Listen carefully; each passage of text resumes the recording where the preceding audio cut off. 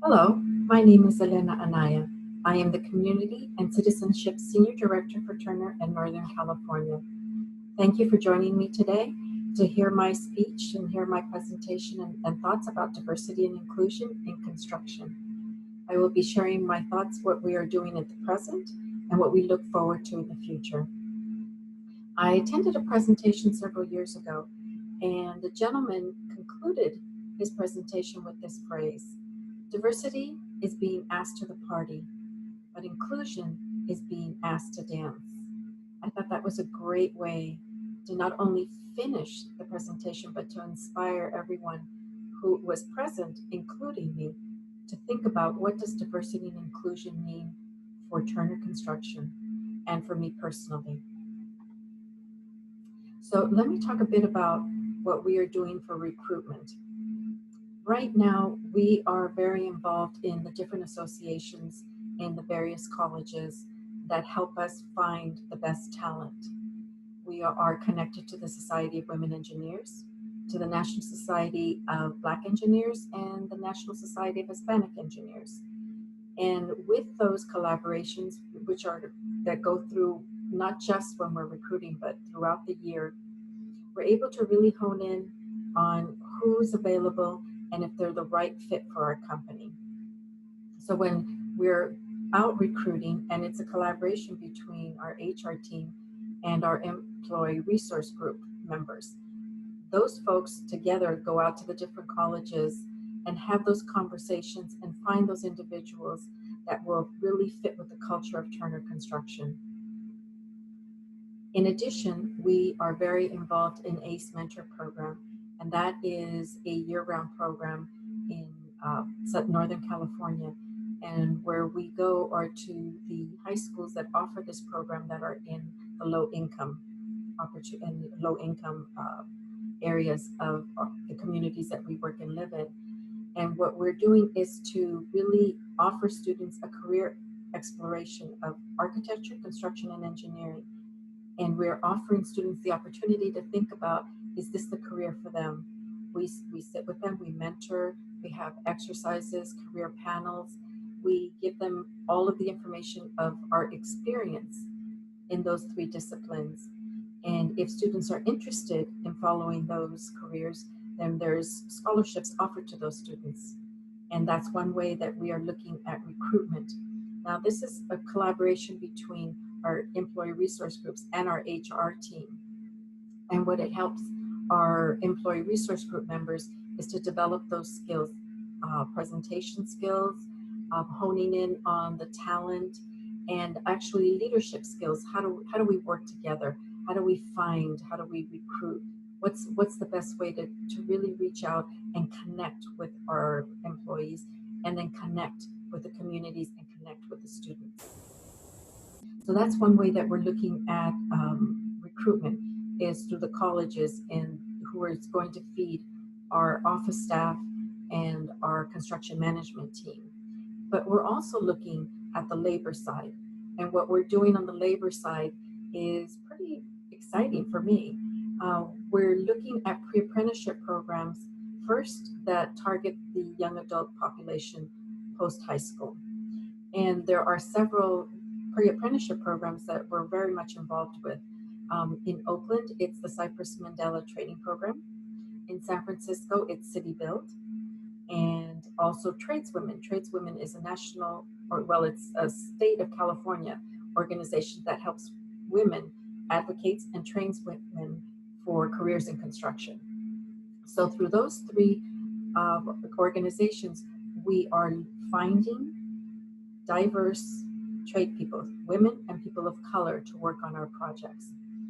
We're also looking at the reentry population. The California Department of Corrections has been working with the unions and a task force to overlay a pre-apprenticeship status for those prisoners who have been performing construction work within the walls of the prison system. And what is happening is that the unions are now getting involved in assessing the skills of these individuals and giving them the opportunity to have a pre-apprenticeship status, so that once they re-enter the normal population, us, then they will be able to be hired almost immediately through either a general contractor or placed on a project via project labor agreement. That's really exciting news. We're also working with the high schools. There is two pre-apprenticeship programs, one at Fremont High School in Oakland and the other John O'Connell High School in San Francisco. And both of these pre-apprenticeship programs in these high schools are in areas that are low income folks. And what we are doing is actually not just working with the students, but we're hiring them once they graduate from high school and placing them on our jobs. These opportunities have really borne fruit. The students that have come out of these pre-apprenticeship programs are ready. They're excited about working on our jobs and excited to be working with Turner. We ensure that they are going to be successful by talking to their parents, and in their language, because usually they come from families who are immigrants and whose English is not their first language. So we find our employees to talk to their parents and answer all their questions and give them a sense of family, that we are going to take care of their children and provide them with viable careers. And once we've had those conversations, 90% of those parents are on board with letting their kids become tradespeople instead of going to college. That has worked out really well. Now we're doing a great job on recruitment. And what do we do when the students come to our job site? Are they not are they prepared, but are we prepared to help them grow? Now, one way to do so is to really develop a caring environment on our job sites and in our office that's free of discrimination, bullying, and hazing. And that kind of environment just grows people in a way that is just doesn't happen without it. I mean, when you think about going to your office or to the job site, you want to be in a place where you feel safe, not just for your own safety, but safe in learning, in collaborating, in working in a different environment where you're not sure of what's going to happen next. You have certain skills, but you don't know everything. And so you're going to depend on the folks who are senior at the job site to instruct you, to guide you, to mentor you, and to advocate for you. And in order for that to happen, we have to have a caring environment. And that has proven to be a wonderful situation, because now we're finding that we're not only are we mentoring the tradespeople, but they are also mentoring us in different ways. It's been one of those reciprocal collaborations that has really been great on our job sites and in our offices also. That's great. We've got the recruitment, we've got the retention. So, now what? Well, that's great. That's part of what we're doing for diversity. But what are we doing for inclusion? What methods are we taking to make sure that the folks that are on our job sites have equal parity, not only for being in the positions they are, but for promotional. So we took a look at where we are in senior leadership, and we found that there isn't enough diversity in our senior leadership team. So we conducted an audit to figure out where our pay gaps were, to figure out where we are, not just in the pay, but in why don't we have more diversity in our senior leadership? So we found those gaps. And in doing so, we have now developed policies and initiatives that are going to create more leadership positions, because if we have an environment that is free from racial bias and discrimination, then that's going to set the foundation for more diversity in senior leadership positions. Now, our employee resource groups are doing quite a bit. They're actually funneling all of the what I call professional development, those soft skills. How to be present in a meeting, how to be heard, how to hone your communication skills so that what you're saying is being heard, we're also connecting our employees with outside organizations and offering job tours to peers and clients.